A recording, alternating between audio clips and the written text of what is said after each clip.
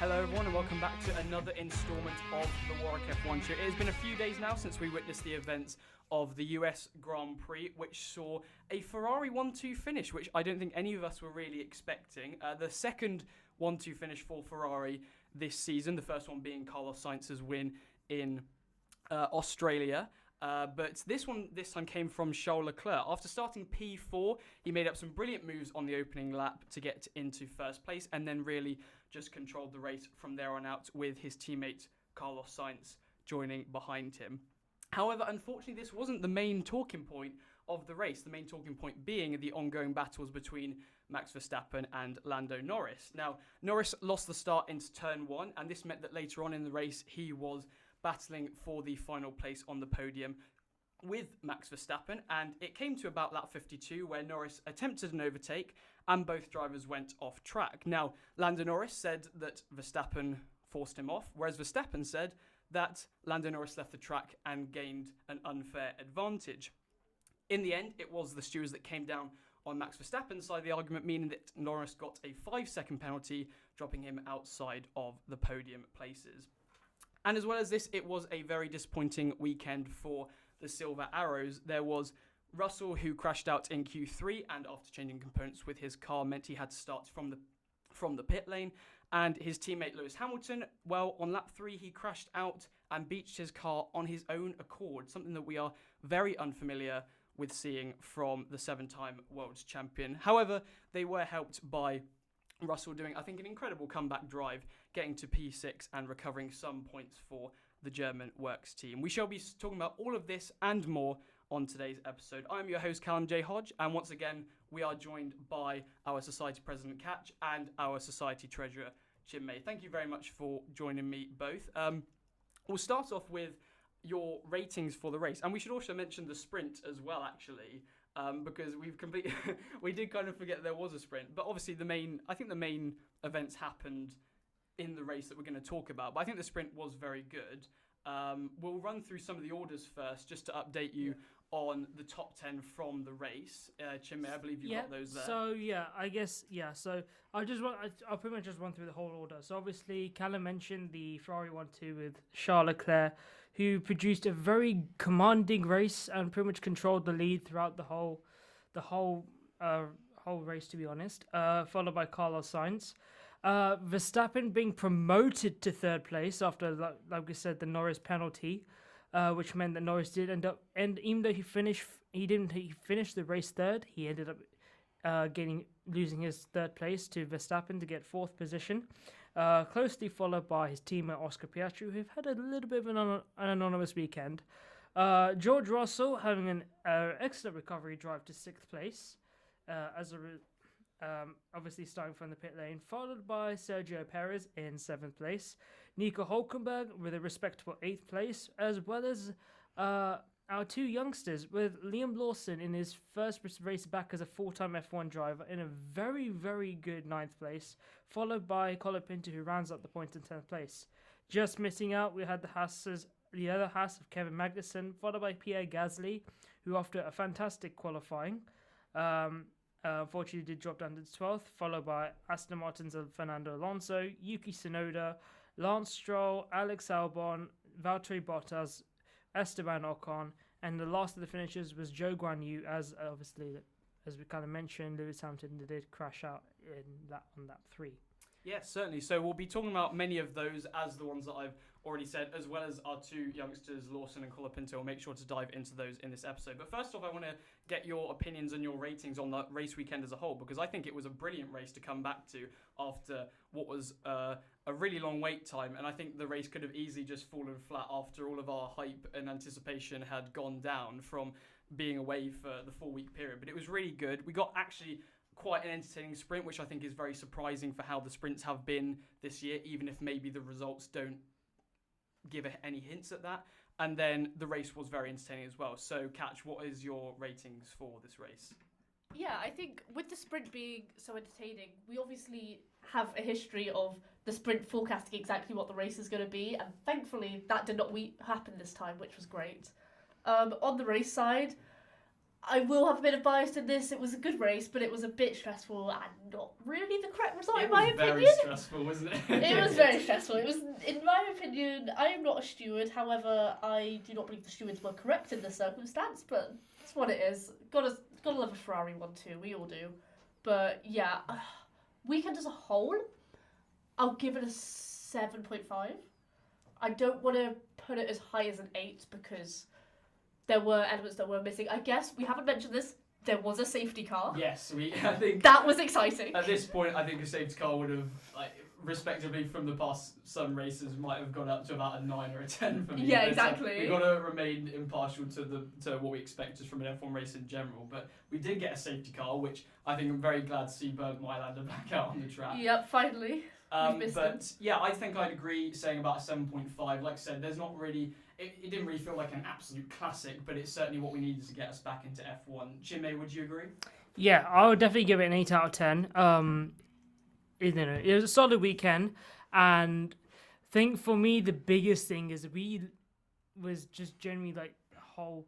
We'll talk about it later, but it obviously we saw a lot change with both championships actually, and I do have a couple of slightly controversial opinions we can probably see later, but it's too like we learned a lot about the drivers' mindsets, especially. Like they tightened up, which is really exciting. Obviously, we'll talk about that later. I think for me as well, with the weekend as a whole, qualifying also made it more exciting because obviously in the George Russell, he started from the pit lane. The reason being he crashed out in Q3.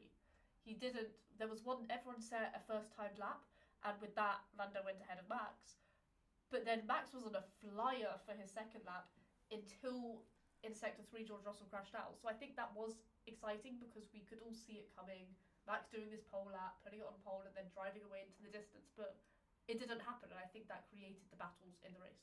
Absolutely. We will get onto the main race later on, but first off, we have to address that there was actually a sprint weekend this weekend, even though I think the majority of the thing that we all want to talk about is the race. But we should give some credit to the sprint. It was very good.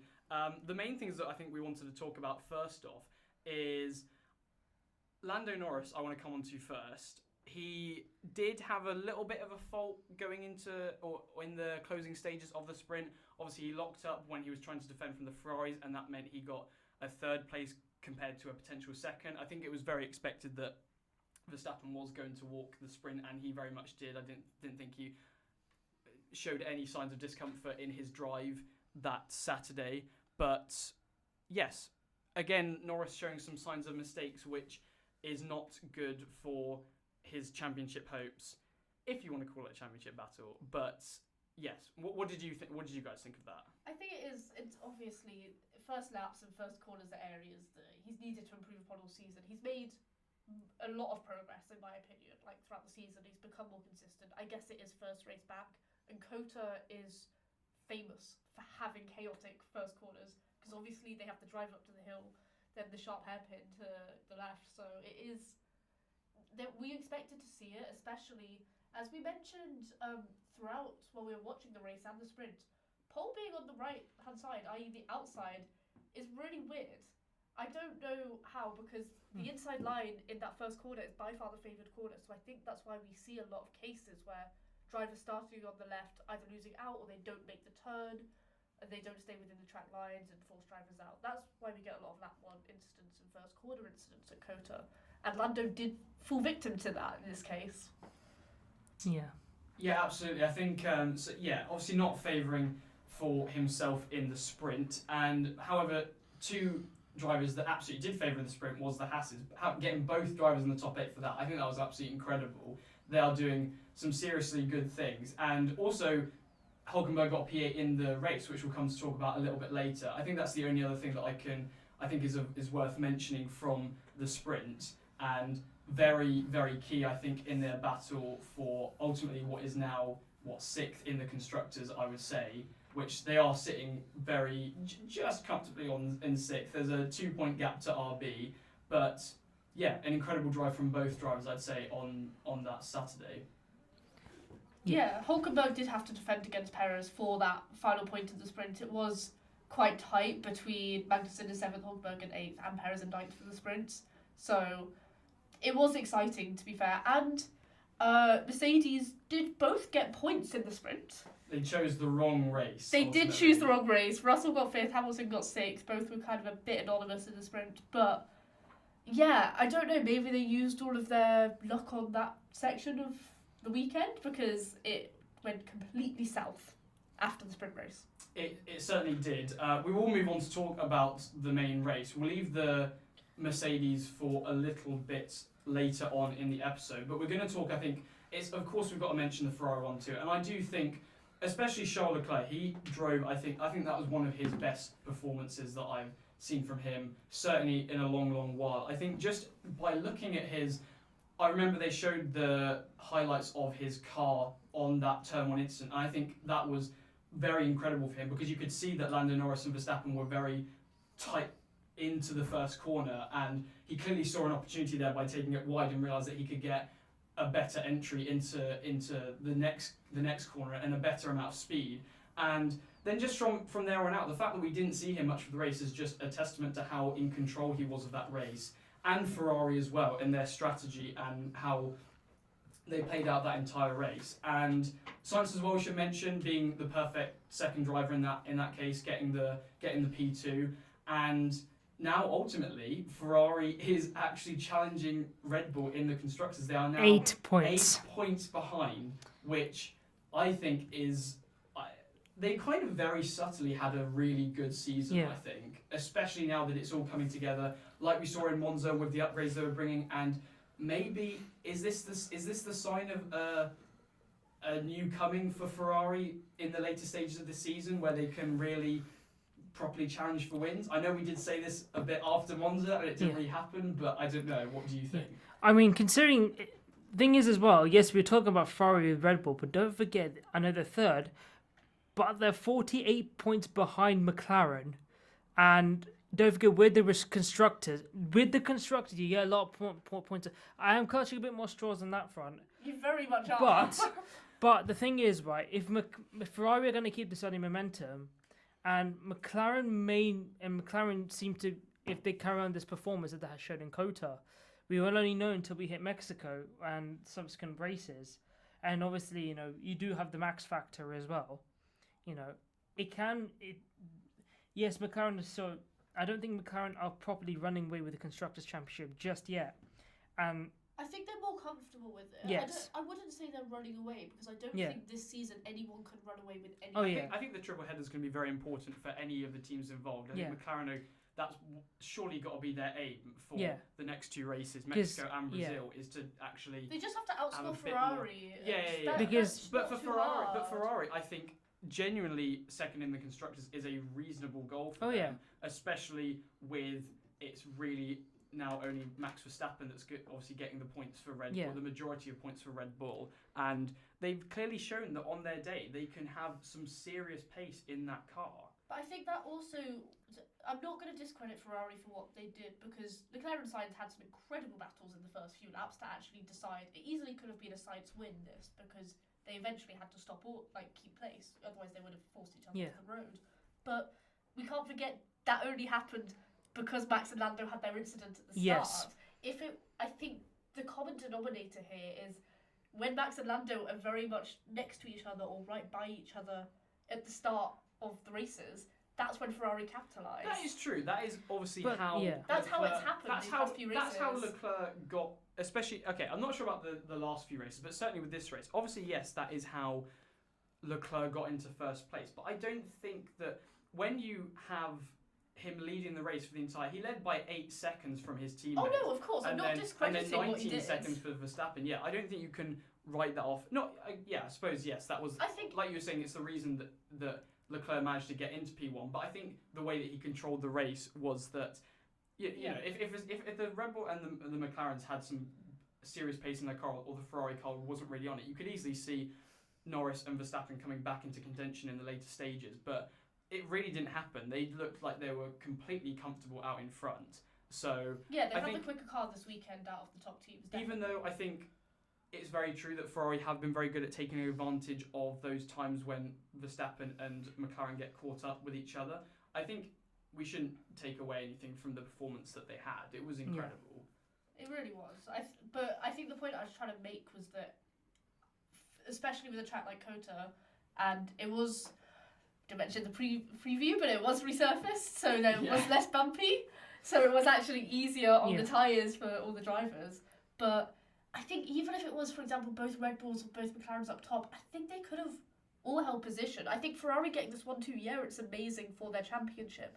But it's not a sign that suddenly Ferrari's the quickest car and they're going to win everything. Oh, no. It's not showing that at all. It's still a flip a coin on who's going to win each weekend. And especially we looking at the remaining tracks of the season, and especially for the rest of the doubleheader, Mexico and especially Brazil are two tracks where the entire pecking order can be flipped upside down. Especially Brazil sprint race, because as we saw with, I know I keep alluding to Mercedes, but as we saw with Mercedes, the sprint and the qualifyings did not help them for the race. They would have been in a better position if it wasn't for their mistakes earlier in the weekend. So we might see that in Brazil as well. It's certainly a very exciting time to be an F1 fan with the level of unpredictability. We mentioned this midway through the season. It's kind of carried through where there is at the moment about 6 or 7 drivers who are in contention for the win. I think it's really great, and I'm very interested to see how Ferrari are able to continue this pace. Again, I know I said this before after Monza, and it didn't really happen, but I genuinely think that they will now be able to leap Red Bull in the constructors, maybe even after next race, let alone the end of the triple header or the end of the season. So very important for Ferrari, and I think as well it was a bit unfortunate for them that the main headlines for the weekend was taken away a little bit, because obviously we were all focusing on what was the main story has been so far this entire season in this championship, which is obviously Lando Norris and Max Verstappen. Now, as we said before, the main incident between those two was that, well, first off, we should say actually, before the one on lap 56, we had the incident on lap 1 where Lando was squeezed to the left-hand side. As we mentioned before, the run into turn 1 is that the person in first place is on the right-hand side, and so Verstappen went the other way. Yes, this is why I was getting confused. So Verstappen did go to the outside, even though Lando Norris was initially on the outside. Verstappen was on the outside and hence squeezed Lando Norris into the corner. This is how Leclerc was able to get such a good trajectory round. And Lando Norris was as a result forced off. So let's go to that incident first. What are our thoughts on that? Because obviously the stewards didn't deem it necessary to award any sort of penalty to Max Verstappen for what happened on lap 1, let alone what happened later. Later in the race. Independently on lap 1, if let's say there was absolutely 0 instances for the rest of the race at all, that one instance, I'm not going to blame them for not doing a penalty for the pure reason that, as we've mentioned, that first turn at Kota is so chaotic. And that first few laps of the race, there was a lot going on. There was a lot going on in those first few laps, so they obviously had attention elsewhere. There were more important things to point out and focus on. It is just what happens when you have a bunch of fast cars going up a hill into a tight corner. There's going to be people pushing each other off the road if we're thinking independently on that own instance. Then we come to the instance on lap 53, and this is where I get frustrated. So the lap 1, I think I wasn't really too disappointed with either, because, like you say, I'm happy to put it down as a racing incident because, as you mentioned, there was so much going on. I think also, if it was penalised, we all would have been a bit frustrated in the sense that we expected it to be a Lando versus Max for the lead for the whole race, and a 5-second penalty for either one would have stopped that happening. Yeah, it certainly made it... It certainly let them get on with the racing and made a close battle, even though a penalty obviously was awarded in the end to one of the drivers. So I think people weren't really too disappointed with that. I mean, as Lando Norris fans, I don't think I would have been disappointed from a biased perspective if Verstappen got a penalty, but certainly I don't think I had a problem with the way that the stewards dealt with that. Then we come to lap 52. So Norris was trying to overtake Verstappen for many, many laps beforehand. Couldn't quite get there because Verstappen seemed to have too much pace in the high-speed corners to stay ahead. This is where I'm going to jump in here. I personally think Norris was not brave enough during this fight. There was not one point into turn 12 You've thought a lot about this, haven't you? No. This is... No, but like one time, and I'm even I can't remember who, but I heard a couple of pundits talking about this as well. Not once did Norris try go down the inside of turn 12 at the end of the back straight, even when he had enough pace. Because we still all remember Austria. But still, He would have just, if Lando actually did some sort of quote-unquote dive bomb and used his brakes, yes, his brakes are better than the Red Bulls. Max would have just crashed it into was him. far better than the But Red we've Bulls, is what I'm trying to already say. seen in the sprint examples of him locking up, and he probably was mindful that he didn't want to do something like, okay, maybe he could have gone for a dive bomb, but Verstappen in that I think he's known Verstappen for long and how he races, and you could easily see if he went for the dive bomb that would compromise his acceleration into the next straight or the next high-speed corner. So I do feel that he was right to be patient, and I think he did go for it at the right time. So it's just maybe a shame that Verstappen wasn't playing ball, as we know Verstappen normally isn't.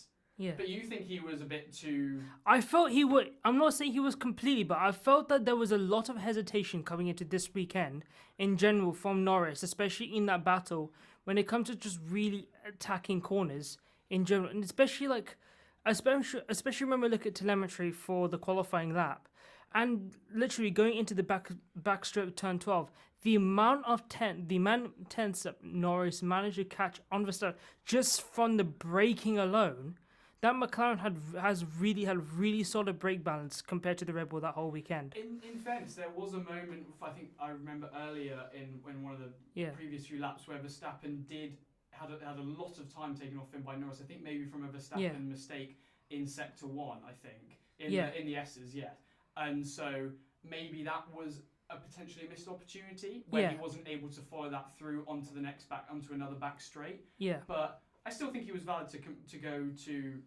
for the move that he went. Katch, what do you think about this? Because I've been watching you now, and it seems like you are a bit disagreeing on Chinmay on this point, which is fair enough. It's debatable as to what he should have gone for. It's also debatable. I think that is why everyone is a sport, and that's why we leave it to the stewards. Stewards are wrong in some cases, but it's just frustrating. For me, the frustration is that either one of them could have got a penalty. I think about it both instances together. Both times it was Max doing the forcing, Max putting Lando to the limit. Yeah. So why was Max not penalised when the likes of George Russell and Pierre Gasly, I think, were penalised earlier in the races for incidences that were less? For me, the issue was the fact. I will fully admit that if Max, who was on the inside, went into that corner, Lando went off the road and gained the position, while Max stayed at least one tiny bit of wheel on the track, that's fine. Sure, give the 5-second penalty. Both drivers went off. Max was not going to make that corner. There was no way. So how are we penalising Lando for a mistake? Oh yeah. In the situation where Max literally went off the track as well. Yeah. Like, I'm just frustrated because all these rules are so inconsistent throughout this race, and it's all stemmed back to mistakes and to instances that Max has had in the past. So he's just getting away with everything again. It's ridiculous. Yeah. With the penalty side, I do agree with you.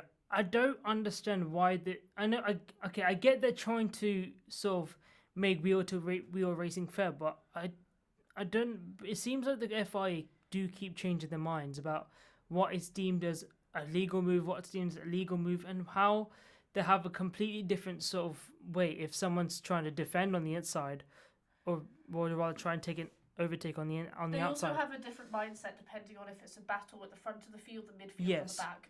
That's what I think is so evident throughout the season. Their rulings are different depending on whether it's a force off the track for like 11th place, depending on if it's a force off the track for a third in this situation it was. Because it obviously means, points-wise, it means a lot more.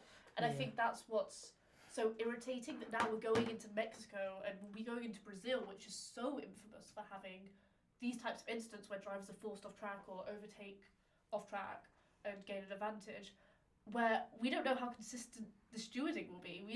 Drivers might end up being even more hesitant to make these moves. We might get less good racing because they're fearful of being penalised for something that they shouldn't be. I think the two problems I had with it was, as you mentioned, the consistency, because we had those two separate incidents, one from Stroll and one from George Russell, right? George Russell, both on Alex Albon, I think. Yeah, Alex because didn't have a great Alex, weekend. yeah, we should mention that. Alex is a weekend to forget, and I do feel quite sorry for him on that. But to stay on the Norris, it seemed like very similar incidents, and it wasn't the same outcome, which was a worry for me. And as well, we should mention, I don't think anyone's mentioned yet, that I think Norris was actually ahead at the corner. So there is debate on whether he was ahead at the apex because it is so.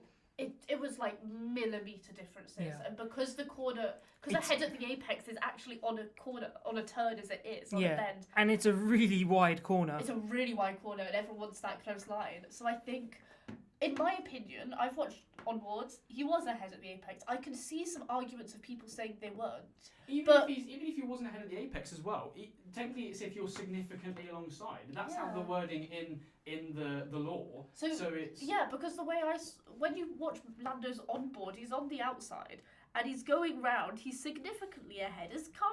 Max's car is well back in his rearview mirror, and then suddenly Max decides, "Oh, I'm not going to brake as much to make this corner," and then he comes ahead. That's where people make the case that Lando wasn't significantly ahead. No, Max just didn't brake enough to actually make the corner in the first place. And as well, we should mention, it's not like they just didn't award a penalty for Verstappen. They awarded a penalty to Norris. Yes, this is where the frustration is, because then it took them a while to do it as well. I am thankful, in a way, that they did it before the podium, but it was just really a sour taste, because Lando was going off into the distance. He was making the time, and it only ended up being about 7/10 difference. And I think this penalty, it just wasn't necessary. I just really don't believe it was, because if there's cases for both ways, it's not a clear and obvious one from either side. So in my opinion, how Max has gotten away with 2 incidences where he could have got penalties, and he has got nothing, is actually beyond me. And we should mention the Drivers' Championship as well. This was obviously a very important race for Norris, heading the first. Could I ban those words from the podcast? No, but it's not a championship battle, but the Drivers' Championship though, because I think we knew that. Okay, we obviously was debating whether there was a championship battle. I think the agreement that we came to was that depends on what came out of this triple header, and not only has Norris not made up the amount of points of Verstappen that he needs to consistency-wise, but Verstappen's actually got more points than him this weekend. So, and not only that, Charles Leclerc is 1 race win away from overtaking Lando. Yes, Lando. Yeah. Where's Leclerc? I think Lando Norris is on 297, Charles Leclerc is on 275. So if Lando DNFs in Mexico and Charles wins the race, he's ahead in the championship. To be honest, Leclerc just come into this. It seems like should I bring up my stats now? I think this is definitely a race for second in the championship rather than first now. This is. I've been kind to agree with you. To be fair, I do think that now is it a time now that I stop clickbaiting the championship battle, because it might. It's only taken you a few weeks. Yeah. No, I do. So I have seen on Twitter there is a fun way. Do we want to bring some Ferrari delusion to this podcast? Oh, I will certainly allow some Ferrari delusion. So, for Leclerc to win this championship, he must finish first in all of the remaining races. Verstappen must finish 5th or lower in all the remaining races. Norris must finish 4th or lower in all the remaining races. So basically, Leclerc just wants Max and Lando to take each other out every race. You could have stopped at Leclerc winning all of the remaining races, and I think because it decided that it was not. Yeah. That I would have decided that it's not. Yeah, you never know. Ferrari delusion. I rate Charles Leclerc, but I don't think he's quite capable of that. Are you sure? I am very sure, actually. Yes. So I think so. All delusion and bonkersness aside, I think that even though Leclerc doesn't have a chance at the Drivers' Championship, he is actually genuinely challenging Lando now for second place. If the McLaren car, which didn't really look up to standard this weekend... It didn't, which is weird because they brought upgrades, and I don't know whether they didn't work, or maybe it just wasn't a track for them. I think they weren't confident. They've said post-race that neither driver was confident after FP1. They did only have 1 free practice session to set up the cars, and they were still learning throughout the weekend. And I think Ferrari just got it right earlier on. They just understood their car, they understood the track, so it made sense. McLaren were off pace, so maybe this is a 1 race thing, and then they'll be back towards the front from Mexico. But it shows how good they've been the past few races, the fact that they were just not there. And to top it all off as well, in the McLaren debrief on Instagram, both drivers did lose their shoes. But to top off a disappointing weekend for McLaren, for context, the debrief they just had socks on, but Yeah, the comments went wild on that one. the comments popped off. They lose their podium streak, therefore they lose their shoes. Yeah. But no, but in all seriousness, I think that any people who might have thought that there was some kind of championship battle on, Norris needs to seriously prove himself for the rest of this triple header, because at the moment I think it's very safely saying that Verstappen is quite in control of this drivers' championship now. And I think he was in the first place. Like, I've made my opinion clear on this podcast, but it is, when you're ahead, you're always going to be in control, and it is Max Verstappen, and we keep forgetting that. He is such a good driver. You have to rate him as much as he's so frustrating to watch and to race against my favourite driver. He is such a good driver factually, and those wins at the start of the season have made all the difference, and him being ahead means he can get away with moves like he does now. Yeah, I do think that for the last few races it has been more a bit debatable, I'd say. Now we're in the stage that it's going more towards the opinion of Verstappen not being in control of this championship and being like absolute.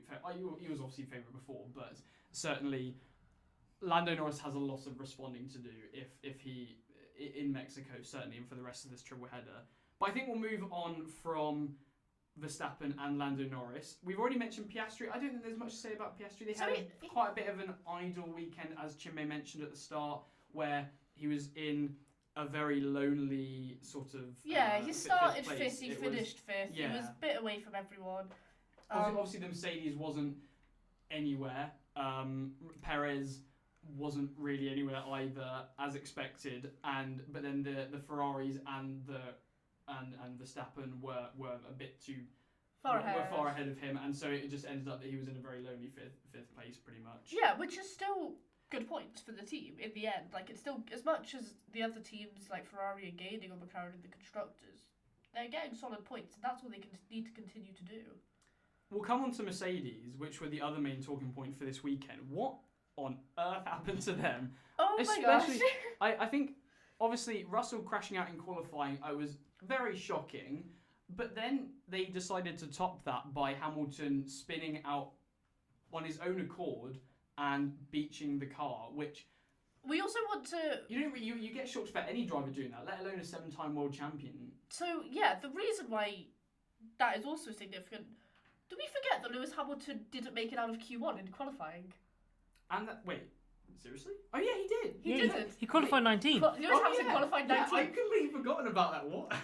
Yeah. So it goes from bad to worse. Such a write-off for Mercedes this weekend. It was frustrating. Really, really strange. And they clearly had pace in the car as well, because as we mentioned from the sprint already, they were in fifth and they finished 5th and 6th, which was kind of, I suppose, where they expected to be, because they probably didn't have any hope of challenging the Ferraris or the McLarens or Verstappen. I mean, obviously Piastri had a bit of a disappointing sprint qualifying, so they were able to get ahead of him as a result of that. But yeah. I think they were where we expected them to be. And then just a catalogue of errors in the race. Yeah, that corner, the corner where it happened, it has caught the Mercedes cars off. In FP1, they both had an instant of spinning a bit at that corner. So it's obviously one that caught them off with their car setup. And do you think it's more of a car setup rather than the error of the drivers? But so obviously both were driver errors. Russell's crash in qualifying was a driver error. Lewis not being fast enough, I think, was probably car setup. Probably partly driver and he wasn't confident, but because he wasn't confident with the setup, he couldn't push it to the max. And then obviously his spin in the race was complete driver error. But it was a weird. It was just so odd. I don't understand how they could have. When was the last time they had that poor of a weekend? Germany in 2019? Probably. They were just nowhere, I think, from start to finish, really. And I couldn't understand it, especially from such a team and from such a driver pairing that we know can be very professional, very experienced. And I think it's just one of those weekends that they just are going to want to forget about very quickly. They've obviously got Mexico next weekend, so it's a quick turnaround, and I think they're going to be looking for that to be their opportunity where they can put Austin behind them and actually get a good performance behind them. I think what's more frustrating for them as well, both cars had upgrades on them. Once Russell crashed out, his upgrades were then cancelled out. Like, he didn't have those new upgrades, so they had to go back to the Singapore spec car. and then Lewis beaching it means that we didn't actually see what the upgrades were. George making that comeback from the pit lane to 6th, that's the incredible. That's the one good and thing with these upgrades, maybe they were actually good. So maybe George could have got 4th or something. We don't know.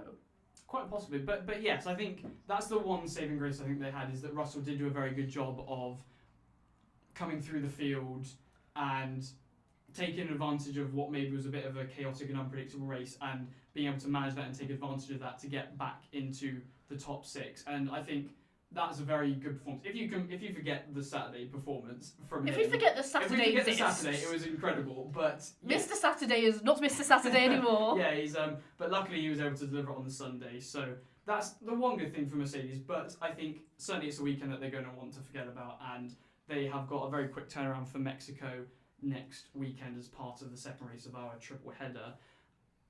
The other main story, I think, which was lovely for my predictions, most importantly, but second most importantly, good for the drivers. For the predictions, thank you. But it was not just only Lawson getting 9th, but Colapinto in 10th. Two of the two youngest and inexperienced drivers, or most inexperienced drivers on the grid. And yeah, Lawson, especially in his first race in that car, with very little preparation to get points, I think is absolutely superb from the driver who has been in the car very inconsistently, and it's a great start for him, and also very, very hopeful for RB. I was going to say AlphaTauri then. RB, We can call them AlphaTauri. Very hopeful in their battle with Haas, because now they actually have a driver that they can rely on, which they obviously haven't had this season. Not even with Ricciardo, but also with Tsunoda as well, who's been off the ball on some races and a little bit inconsistent. They hopefully now have a driver that can get the most out of that car, and as I said, from someone who we really didn't expect. Yeah, exactly. And I think for Lawson, he started. So obviously, we knew going into this he had that grid penalty, so he would be starting low down. So he helped Yuki Tsunoda with a toe to bring Yuki up to 11th in qualifying. So Lawson starting down at the back, not the pit lane, but the back, made his way up towards the points. He got points. It was actually really impressive, to be honest. Like, he navigated through. He had a lot of battles. There's one with Alonso that people were talking about quite a lot. But it was quite interesting to see how confident he was jumping straight into that car. It's not good that he now has a bit of beef with Fernando Alonso of all who is people. going into his 400th race start next week. Yeah, I That's know. Very interesting. But I think RB will be very confident. This is obviously only one race, and you cannot judge the driver off of one race. But he's stepped in before and he's done well. He's started off again and he's done well. So it's a promising time. The fact that he can get the points, he can be reliable, which is great. And for Colapinto, obviously, Colapinto rescuing some points. A for point. Williams. Yeah, a 8 point points for Williams. after. Would have been 2, but Esteban Ocon decided, I'm going to take that fastest lap. Thank gosh, the fastest lap's being ditched. Yes. But it's obviously exciting. Colapinto's got some raw pace. He really does. I think it's exciting. Once he kind of matures with racecraft, he'll be given the time, not next season probably, but the season after, he'll be given time to mature his racecraft. And I think that'll be really exciting with his genuine pace he has straight off the bat. And again, it's what Williams needed. Absolutely. That's what I was going to come on to. This is exactly what he was brought in for. It's when Albon maybe has a bit of a disappointing, bit of an unlucky weekend, he is there and he's able to deliver for the team. And I think that is why that James Vowles has come out and said that he's going to be keeping Colapinto very close to the team for some future projects, whatever they have in mind. 100%. Obviously a shame that next season they've got such a strong lineup that he can't fit in there anywhere, but we'll see how both of those drivers progress throughout this triple header. I think we've covered most of the main shout-outs. Hulkenberg with a very good P8 finish. Perez, just sort of where he's been all the Sergio time. Perez being Sergio Obviously, Perez. we'll be doing a Mexico preview after this episode, which will be coming out later in the week. And I do wish him well for that. But yeah, it's just been the same story for Perez, unfortunately. Yeah, I know we've talked about the driver standings and how it's getting close. We've talked about the top of the constructors. Do you think, I want to get a random opinion here, because we've got Haas, with 38 points. RB with 36. This is being put straight on me here. I should Yes. say we haven't done any. We haven't had any free chat about No. this. And Williams with 17 points. Out of that order, Haas, RB, Williams, 6th, 7th, 8th. Predict it now. The same order that is there. Really? Yeah. I think. You think Haas are going to keep 6th? Yeah, I do think that Lawson is going to make a difference with the amount of points that they're getting per race, because I think he can actually, at the moment, on form, be better than Tsunoda. Partly because, obviously, I'd still favour Tsunoda in terms of an overall driver because he's got more experience in the car and more experience with the team, but Tsunoda's on a bit of a poor run at the moment. So I do think Lawson is going to make a serious difference with that, but I just think especially Hülkenberg, with the way that he's been driving, he's just been so consistent throughout the season. I think it's been incredible. It's such a shame that he's leaving Haas. Yeah, no, absolutely. But I mean, obviously, I wish him well. Like, he's probably the reason why I'm kind of hoping that the Audi project does work out, kind of, so that he can be up there racing, because we do love to see him in Formula One, and I think Hülkenberg is going to be the difference in that battle for Haas. And I do just think that Haas have had much more consistency this season compared to RB. I think that sometimes Haas have been unlucky in the sense that they've only gotten P11. We've talked about so many P11 finishes for So Hülkenberg, many. but I think on their day they are a lot more consistent than RB, and I think that in the end is going to win them or get them that 6th place. Yeah. And then Williams, I just think, are too far behind at the moment, and they are also too inconsistent to have any serious mention of. Obviously, the points tally has been a lot better since Colapinto's come in, but I just think they're too far behind now with the amount of races that they have left. I think it is a little too late for them. As much as I would love to see Williams go up and get 7th place, I think, especially if this glimmer of hope from Lawson that we've seen continues, they will definitely. Robbie will keep on to 7th. I think they could even jump Haas into 6th, though. That's what I'm thinking. But then we have, as we know, been very wrong on this. So many podcast occasions. before. And speaking of, Oh no! I believe that it is time to hop into our predictions. I think and it's see time we how don't good- talk about the predictions. I think we should talk about the predictions. We do need to, even if we might not like to. I mean, I'm fine for this weekend. I don't know about Kat. Oh, good for you! So yeah, we obviously, if you haven't checked out our Austin preview, which you definitely should after this episode if you haven't already, we do predictions for each week. We rank our top 5, and we also do a 1, 2, and 3 point prediction. The higher the points, the more unlikely it is. And we're going to run through them. So, Chinmay, you were I believe you were no, sorry, I was the first pick. you were first. I'm getting confused. It's been a long day. So, I was the first pick, and I went with Norris. That is not the best part of my predictions. I think a lot of us were very unexpected with how well the Ferraris were going to do. I certainly thought that what we were going to see going into Austin was a pure out-and-out battle between McLaren and Red Bull, and I think partly McLaren being a little bit off the ball, and also partly Ferrari being very much on the ball was the reason that obviously didn't happen. But Norris still did get top 5, so that's 1 point for me with that one. Verstappen P2, Piastri P3. Piastri did obviously get 5th in the end, even though he kind of wasn't in that main battle. Leclerc P4, and then Hamilton P5, which we won't talk about Hamilton P5. So that is 4 points from my top 5. 1 point for each driver being up there, but not in the correct order. And then my 1 point prediction was that Ricciardo was going to make an appearance this weekend. He did not. He was not in Austin. I was disappointed in that. I thought he might have maybe opened up a pop-up store or something. He did open up a pop-up store. He just wasn't there. He just wasn't. Yeah, just not at Austin. So I didn't get that. However, I did get that a Haas car was going to make it into Q3 for the main qualifying. That was Magnussen in P9. Which is not the car we thought it would be. No, but it's good to see. Yes, I was very much favouring, and that's another thing we talked about with Haas. Even though I did mention Hülkenberg has been very consistent, but Magnussen I think has been very good on his day. But then key to that, my 3 point prediction was that both Colapinto and Lawson would finish in the top 10 in the main race, and lo and behold, I actually was able to get that. You were. So I was so happy when that came. I was so happy. That was like I think that was a win for me because I liked the 2 young drivers. Win for my predictions, and also I think all of the F1 world love to see those 2 able to get good performances, especially for Lawson on his first race. So that comes to 9 points for my predictions.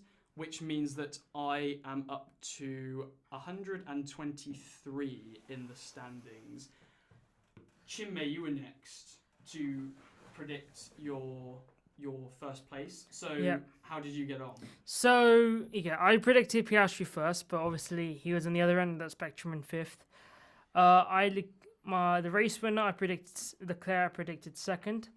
I actually got Verstappen spot on with 3rd place. Sainz finished 2nd, and obviously I predicted him 4th, and I did the tactical Norris 5th, which obviously... So from a tactical Verstappen 5th to a tactical Norris 5th. Yeah, so I've got 7 points from that. My 1 pointer was that there would be obnoxious singing of the US national anthem. It was actually pretty good. It was actually pretty good this time. We've got to give the race, whoever runs the race or whatever, credit. Yeah. But it wasn't too bad. Yeah. The race organisers, that's the correct word. That's the correct term. My 2 pointer was at least 8 of the 10 teams score points this week. I believe everyone but Kick Sauber scored points. Yes, very, very interesting to see with the amount of teams that we had up there. Certainly more than was needed for your prediction. Yep. And I said for my 3-pointer, only one common driver between both podiums in the sprint. Between the sprint and the race podium. But we had both Verstappen and Sainz as the common drivers, so that doesn't come through there. But that is 9 points as well for you, isn't it? Yep. So that gets you up to 120. Now, Katch, I'm very sorry. We are going to have to come to you. So I didn't predict the first place. No, I just jumped straight to second. I think that's not what was Right, actually okay. happened. So if you listened to the preview, I explained, and I will explain again, I don't like to predict Verstappen first, because I have a bias. If we're doing self-predictions, I'm allowed to bring my bias into it. Yes. I don't like predicting Verstappen first, and I didn't. I also don't want, as a McLaren fan, I don't want to predict a Ferrari win, so I didn't. So I went with Lewis Hamilton. But to be fair, I don't think no one expected that bad of a weekend. No one expected did. such a poor weekend from Mercedes. So it's really not, I think, like a big embarrassment. It's a little bit of an embarrassment, but it's not too big of an embarrassment. I think it was a flip of a coin between Russell and Hamilton, and neither one would have worked, so it's fine. I then went for the 2 McLarens, 2nd and 3rd, Norris and Piastri. Didn't happen, but they were in the top 10. Top 5, sorry. And then Leclerc 4th and Verstappen 5th. So that's still 4 points. That's still pretty good. We'll take it. My 1 point prediction was 6 teams finish in the top 10 of the main race, and we got 7 teams. So Indeed. Did come true. My 2 point prediction was Lawson finishes higher than Tsunoda in the race. That also did That happen. did come true. And then the 3rd one, which didn't happen, was a crash in the sprint race, but not in the main race. And thankfully, we got a safety car, so I'm kind of happy that one didn't come true. So how many points is that for you this weekend? 7? 7 points, which puts Katch onto 117. So that's 123 for me, 120 for Chinmay, and then Katch on 117. Our championship battle remaining better than the F1 championship battle. Because there isn't one. But yeah, so that has been our review of the US Grand Prix. We shall obviously make sure to have a preview for the Mexico Grand Prix, which is next weekend. 2nd race in this triple header. This weekend, not next weekend. That's what I meant. This weekend, 2nd race of the triple header for Mexico. So make sure to check that one out after this episode. But until then, I've been your host Callum. Thank you very much, Katch and Chinmay, for joining me. And until next time, goodbye.